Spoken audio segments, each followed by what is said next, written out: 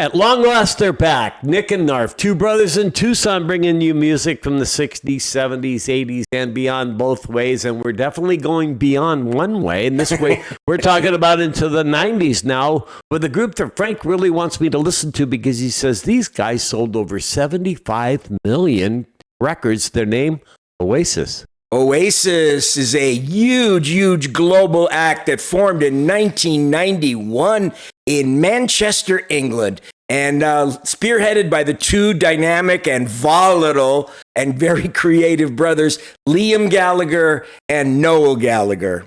And they had an original group that stayed together about 9 years, and then the band reformed with some other musicians. But this band was just ginormous in England. He says they've been categorized as, dig these, the literati of music always try to categorize and pigeonhole bands. They've been categorized as Britpop, indie rock, alternative rock, neo-psychedelia, psychedelic rock, and power pop. Their style has also been linked to Phil Spector's concept of the idea of the wall of sound, only they use more guitars, whereas Phil Spector had layers and layers of orchestra and voices and all kinds of stuff on his Motown records.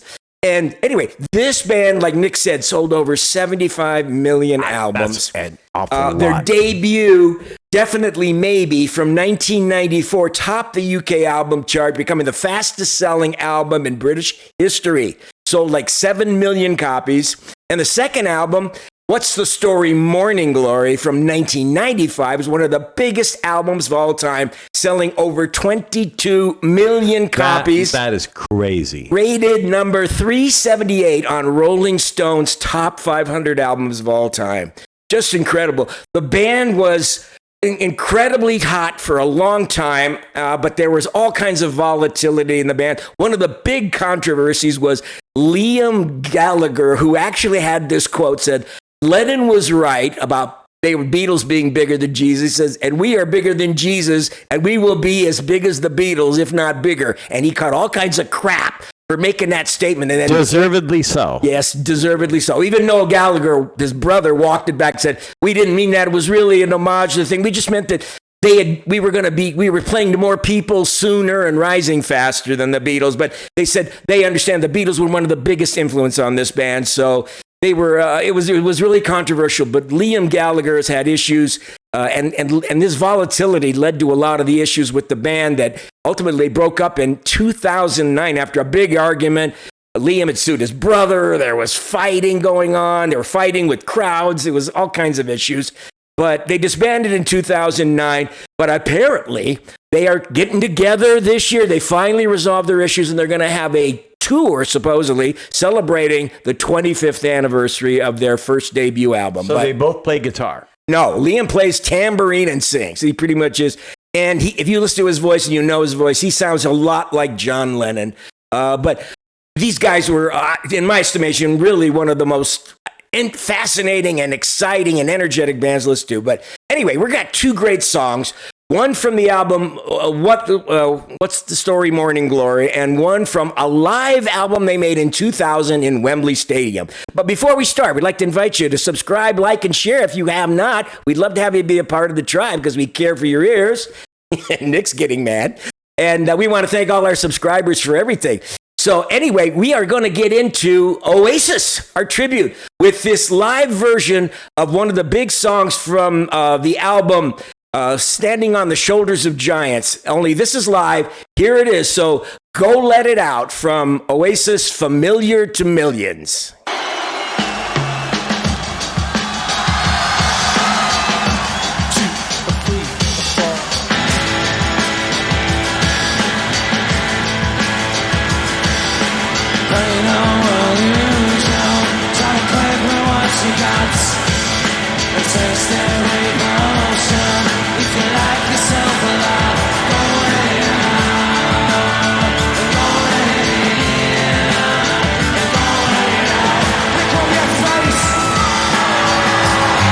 That wall is. Life is full emotions in the most peculiar way. Sister psychosis, don't got a lot to say, so go let it out, and go let it in, and go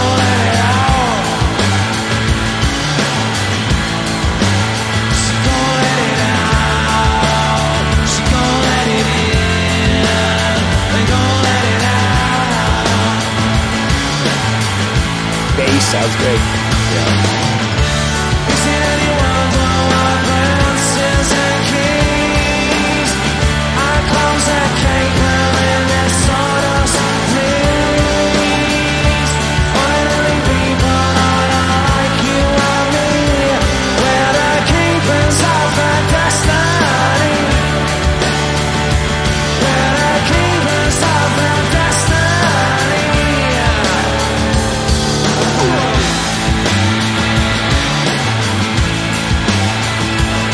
I'm going leaving this city. I'm going driving out of town, and you're coming with me. The right time is always now, so go let it out, and go let it in, and go let it out. She gon' let it out, she gon' let it in, and go let it out.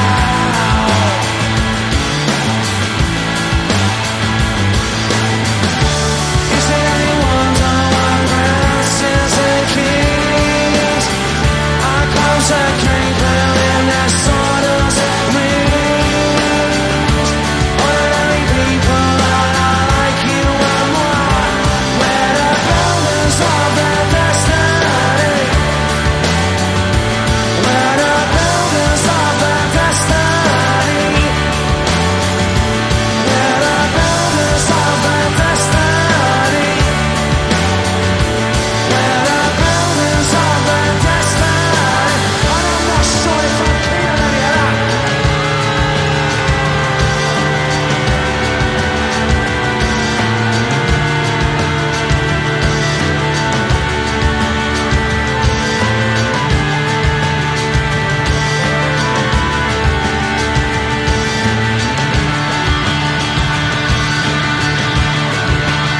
So go let it out, and go let it in, and go let it out, and don't let it in, and go let it out, and don't let it in, and go let it out, and don't let it in,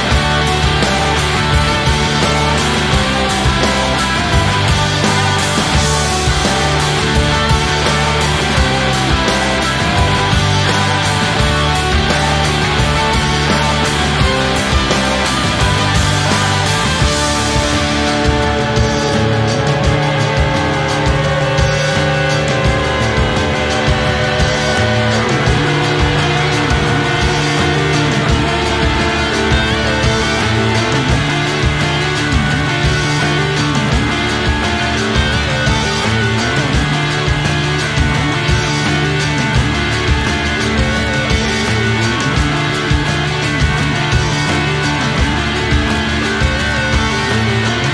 let it in.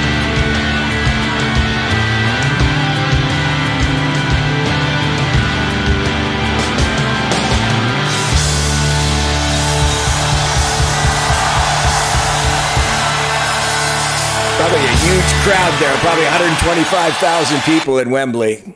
What did you think, Nick? Really noisy. It's that wall of sound coming at you. Yeah. I can't say too much about it that I liked. No. No. What is it? Too simple for you? Too repetitive? Yeah, too repetitive, too much noise. I was, yesterday I was at MR, getting an MRI done, and I was in there for 45 minutes, and it was so much noise that it just cut to my soul. I mean, I could see the potential as in potential, not meaning potential, but potentially I liking it if they put some subtle nuances in there now and then. It's just that whole sound of just that's the power of Oasis. It is this kind of simple melody that gets layered and layered and louder and repeats and repeats and drives home its hooks and just hits you. And then the style of his voice really gives it this raw, the bass pure quality. Was awesome. I love the bass.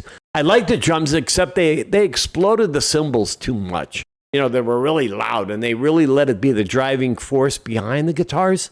So that at times can kind of drive me crazy. But the bass was awesome. I could tell he's got a really good voice. Don't get me wrong. But it was just a... Well, that's a great concert song. I mean, if you're at a concert and you want to get up and crank and rock to a beat that's, even if it's redundant, I mean, it just drives and drives. And that's the thing. After a while, their songs just get into your body and blood, and you're just bouncing and driving. These guys sold over 75 million records. What the hell do I know? The point is, how did it affect me? And I'm just telling you what I felt, you know. They've had a lot of huge, huge hits. And hey, let us know your comments. Did you guys ever see Oasis? What's your favorite Oasis song? I mean, were controversial, but they were incredibly successful. And I first saw them perform on Saturday Night Live back in the 90s sometime. They were the guest artists. They came over, and I had heard about that statement about Liam Gallagher saying that they were bigger than the Beatles. And I watched it. I said, what? You know, but they became enormous, global phenomenon in a very short time. And truly, I think they have a lot of great, great songs, mostly written by Noel Gallagher. But, well, you know, personally, I think Nick and Knarf are going to be bigger than the Smothers Brothers. That's right. No doubt about it. We don't fight too much either. So anyway, hope you enjoyed that. Now we're going to get into what I consider probably their finest song. It's from the second album, What's the Story, Morning Glory? And it's a 7-minute mini epic song, just beautiful, and it has many layers. I think you're going to enjoy it. I'm sure you probably heard it. Here it is from Oasis. Oh, got the wrong one again. Hit the wrong one. I apologize. Okay, this should be Champagne Supernova. Champagne Supernova. Here it is. I think you're going to love it. What does that mean? Yeah, there's been a lot of questions about what it means. Everybody has a kind of an individual meaning to it, but terrific song.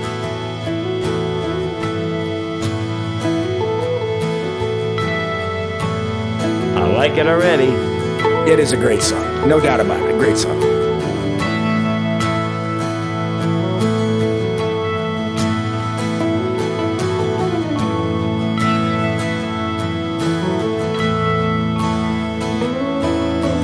How many special people change? How many lives are living strange? Where were you while we were getting high? Slowly walking down the hall, faster than a cannonball. Where were you while we were getting high? Someday you will find me caught beneath the landslide in a champagne supernova in the sky.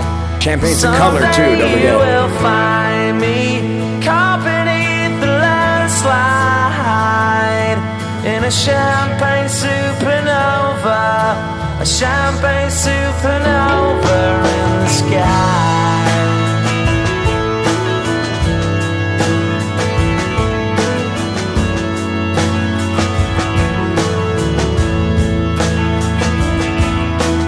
Wake up the dawn and ask her why.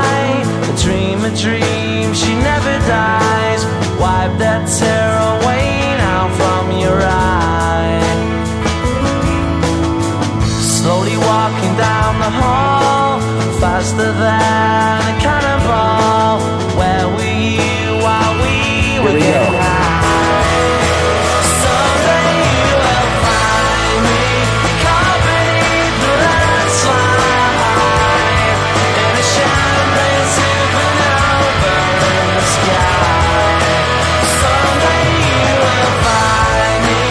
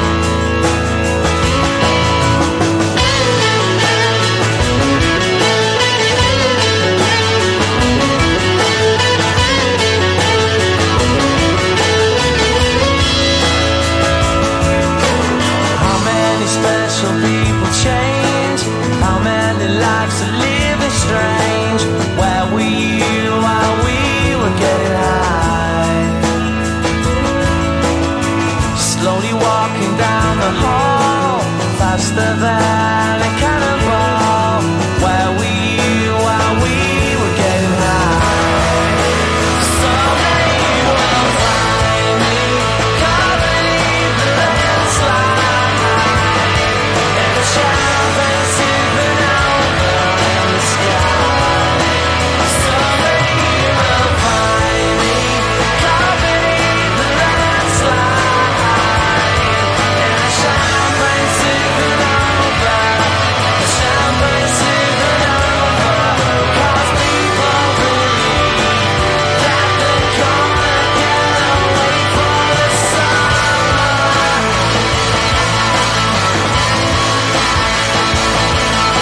But you and I will live and die. The world's still spinning round. We don't know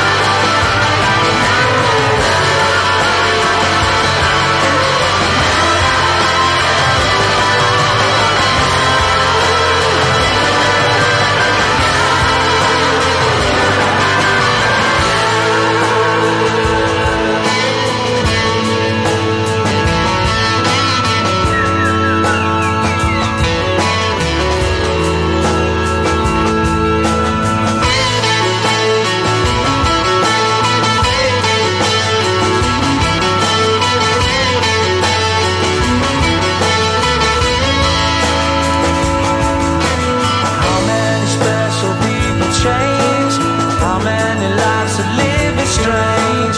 Where were you while we were getting high? We were getting high.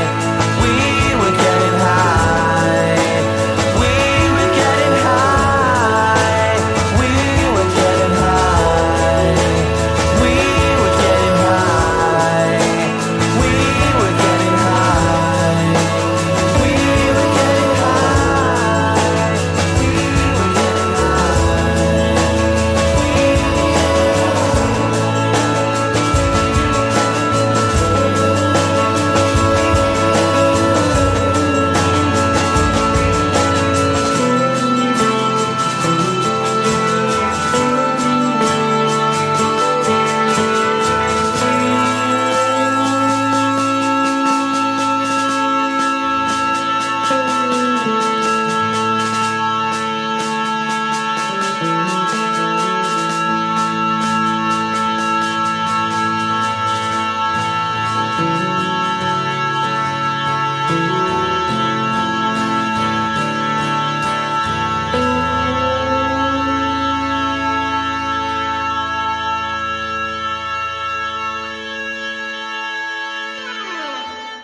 They were definitely getting high.